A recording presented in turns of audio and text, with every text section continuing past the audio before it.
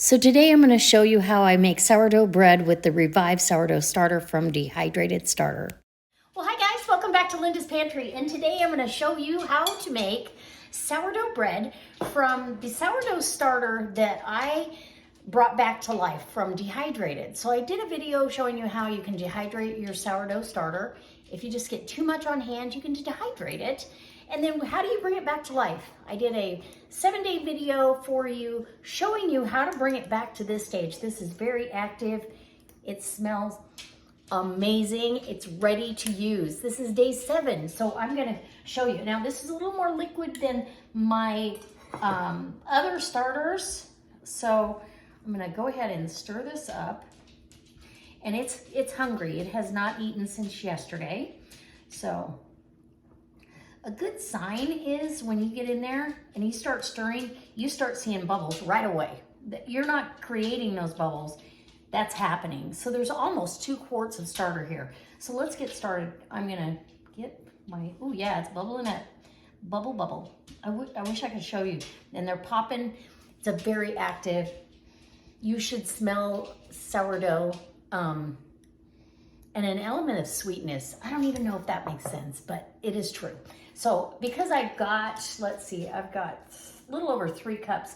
I want a full 1.5 cups of starter. Oh, look at, can you see the bubbles? Oh my gosh. And the little lumps are what was a little bit dry on top. This is gonna be hard to see. Nope, need some more. Okay, I think that might be it. Yep. So I've got about a 1.5 cups of starter. And you don't have to be exact with this. I'm gonna wipe this rim off so it doesn't end up like concrete. I'll probably pour this into a different container anyway, but you do, anytime you're dealing with starter, clean up your mess right away because it will go. So I am back down to right there. So I've got just a tad over a cup. Yeah, anyway, I'm super excited. Okay, I'm gonna set that down. Do you wanna come in close? Because it's bubbling in the bowl. Hold up. Here's the starter. Like I said, it's more liquid than what my other starter is, but very, very active. So, that being said, I am gonna add some warm, and this is like body temperature, 1 3/4 cups, no, yes, 1 3/4 cups of water. This is gonna be a big batch of dough. Part of it I'm gonna make sourdough crackers out of, so anyway. Okay, and then I want about 3/4 tablespoon of active yeast because we're gonna speed this up. I'm not gonna wait overnight. You can do this, it's not cheating. It might not be the artisan, authentic sourdough. You're still gonna get that sourdough flavor, just as if, let's say I was making pancakes. I'm still, even though I'm not letting it ferment overnight, I'm still gonna have that wonderful flavor. So I don't add my salt until I get my flour in there. So we're gonna start now with our flour. And I'm gonna grab my Danish whisk and get the rest of that yeast right off of there. So your starter has plenty of yeast, but like I said, I don't wanna do a slow fermentation. I need bread today. I don't have any bread in the house. And I was wanting toast and poached eggs, and so tomorrow I will have toast and poached eggs. So I'm gonna go ahead and add my flour, and we're on 2, and I'm not being exact here, but 3. I know it's gonna take a fair amount. I want a shaggy dough. So let's start with about approximately 3.5. And then I'm gonna grab my sea salt. Now, this is just fine sea salt that I'm using. I'm gonna go ahead. You want a fair amount of salt only because it's a big batch of dough. So probably the same amount of salt. We'll do almost a tablespoon. There we go. So about 1.5 tablespoons, give or take. Big batches of dough need seasoning, and this is where I would add spices. If I was gonna do spices, yeah, I'm gonna need plenty more flour. But I'm gonna get this mixed in, and I really bake bread by feel. feel like that's how I was taught. That's how I do it. And yes, I will follow a recipe for sure. But see how it's coming together? And look at that shaggy dough. This is going to be my first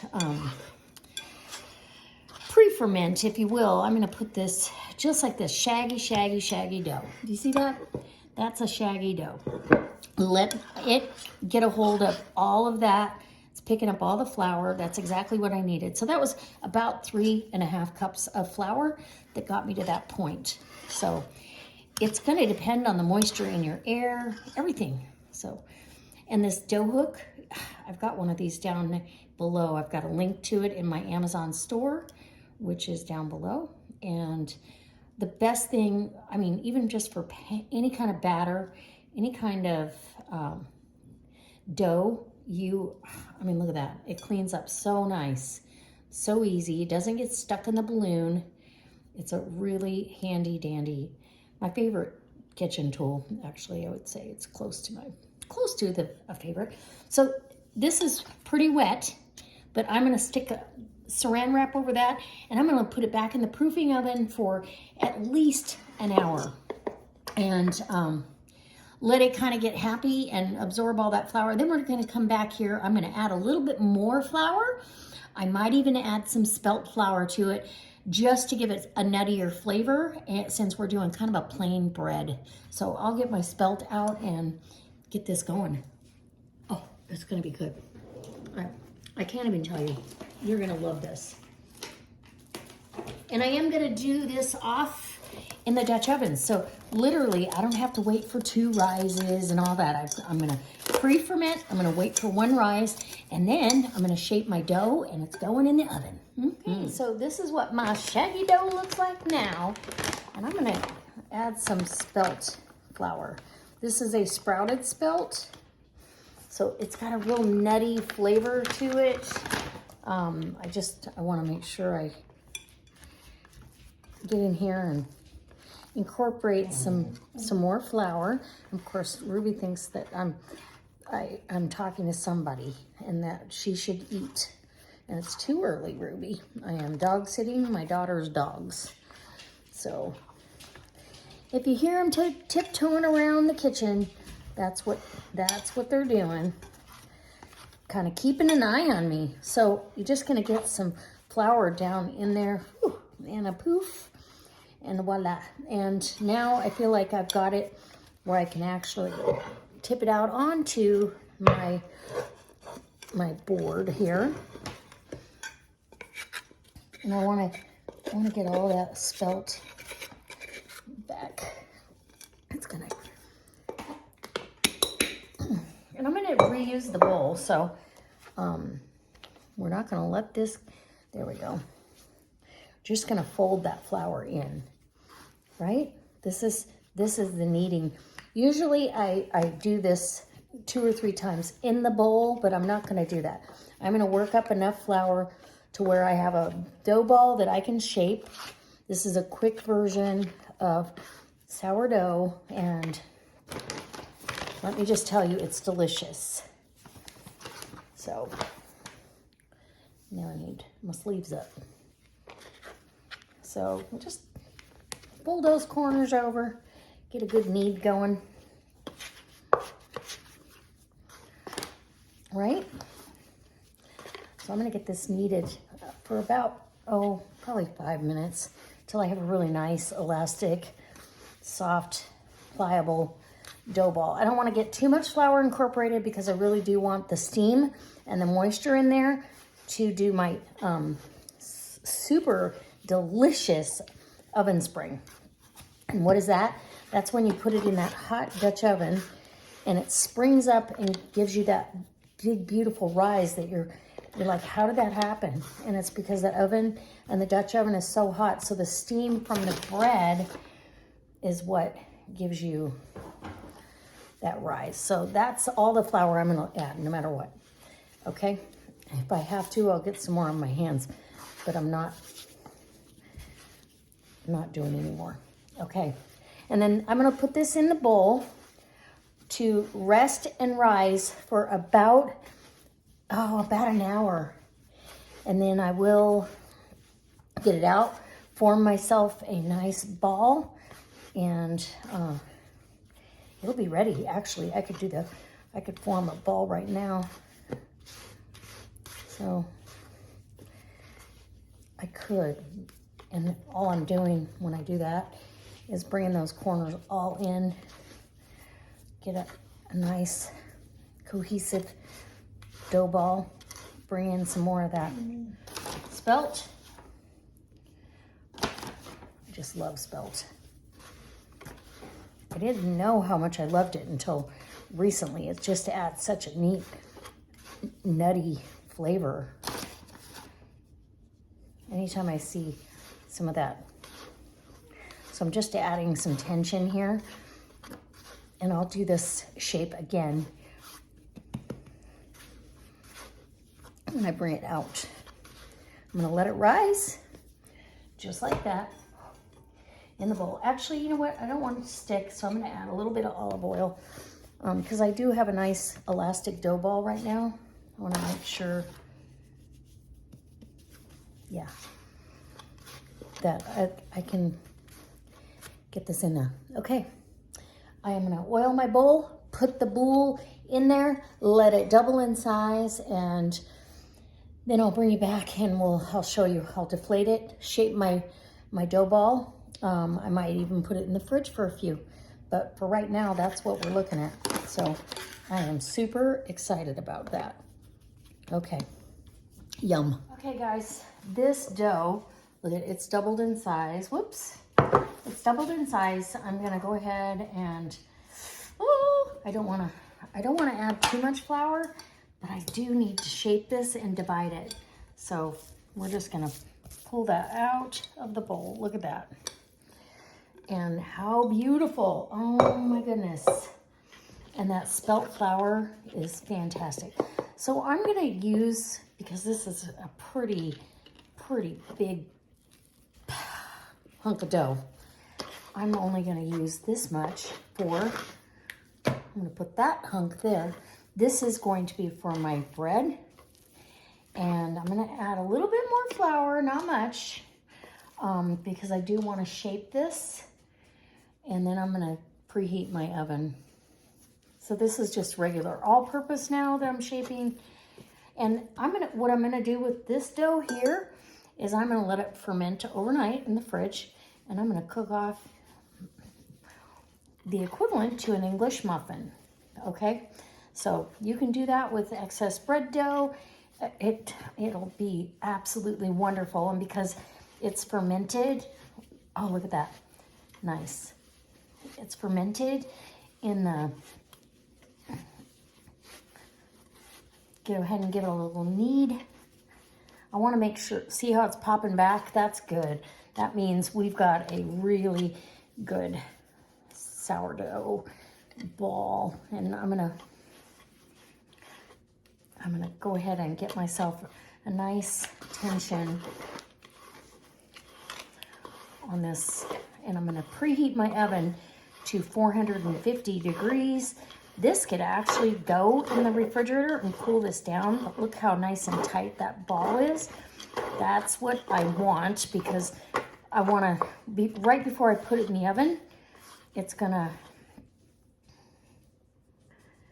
I'm gonna slash it, and we're gonna have a nice, big, beautiful loaf of sourdough. Oh, look at that, okay. Oh my gosh, it's beautiful. What a beautiful, beautiful dough ball. Okay, and the more you do this, the more you're causing that tension. You can drag it to you, you can drag it around the board. And it's just, you know what? Doing this is, honestly, it's therapeutic. Playing with sourdough and knowing that you created that and nurtured it along. Okay, preheat the oven with my Dutch oven in there at 450 degrees, and I will show you what happens. This dough ball, I'm gonna transfer to a smaller bowl, okay? And that is gonna end up to be English muffin type good stuff for tomorrow morning. Okay, so this has sat here while the oven is preheating with the Dutch oven in there, and I'm gonna get this on to, look at what a nice ball of dough that is. Add some more tension, and I'm gonna put this on some parchment right here, and that's gonna go into the Dutch oven to do its oven spring and bake off. So after 20 minutes, maybe 15, I'm gonna go ahead, probably closer to 15, I'm gonna go ahead and take the lid off. Until then, the lid will be on so it can get a nice oven spring, and then I'll bake it off. I'll lower the temperature in the oven and bake it off the rest of the time, usually about another 15 minutes. All right, I'll be back with the finished product. Oh, wait, we have to slash it. I almost forgot. That's not a good thing. And I need a slasher, so we're gonna do it with a knife because that's what I got. So you wanna actually slash your dough with a knife or a razor or a bread lom, and I wasn't ready, so we're doing it with a knife. So you can see you're cutting it in, and that's gonna allow the steam out. It'll produce a nice ear on there. And yeah, now it goes in the oven. 20 minutes in, we're taking this lid off. Woo, look at, oh, she's pretty. So pretty. Look at that. Oh yeah. Okay, back in. That's a big bowl, so that'll be for another 20 minutes. I'm gonna knock the oven down though to 375. Okay. And I'll be back when it's done and it's ready to cut. Okay, so you'll have to excuse the microwave, but this is just out of the oven. Look how beautiful. This came out gorgeous. Absolutely beautiful. It's soft. I mean, I can feel how soft it is. It's got to cool down completely, and I will, it's a great bowl for sandwiches or just dinner. Yeah. Anyways, I'm excited. It smells nutty and delicious. So I will cut you a slice cut into it as soon as it's cooled all the way. Never cut into your bread hot. You will smash the crumb and it'll make it doughy, and you're releasing all the steam that's in there and literally drying out your bread before it's time. So don't do that. All right, I'll be right back. Not that I'm telling you what to do. I'm just saying. Okay, so it's the next morning. I let this cool, obviously, completely. Look how beautiful this loaf is, though. So I'm gonna cut right into it. We'll just cut it right down the middle. And of course, the hard crispiness has gone away, but the actual crumb, because of the, oh, look at that. Because of the spelt flour in here, it's not going to be quite as open, but what a great sandwich loaf, and it smells amazing. Okay, so I'm going to test this out for you. Yes, I am. I'm going to make myself some toast, and oh, Ruby says she'd like some, but see, there's some openness. It just depends on where you are in the loaf. Just not going to have big, when you use spelt or any kind of whole wheat, you're not going to have as big a open crumb. So in the toaster, this goes, and I love this new bread knife I got. I'll try to leave a link for it for you guys. Look at that. Beautiful bread. Beautiful. Okay. Let's get that in the toaster, and we'll get a picture of that. How's that? Okay. Okay. Let me just tell you, this is great. A really delicious sourdough sandwich bread. Of course, Buddy's gonna take a drink. Buddy. Anyway, delicious. That's only half the dough, so this is enough bread for me for the whole week, and plus some. For sandwiches, I usually will have a half a sandwich if I'm gonna do a sandwich, but I do have some lunch meat that I've got cut up from a tri-tip, so I'll have either open face or half sandwiches. And then The other ball of dough, because this was 2 big balls of dough, the other ball of dough, I am going to roll it out and I'm going to do a pesto and Parmesan mozzarella bread. So it will be rolled up and flavored. So soft. It's very good. Very good. So that's a success with that sourdough starter that I revived, and yum.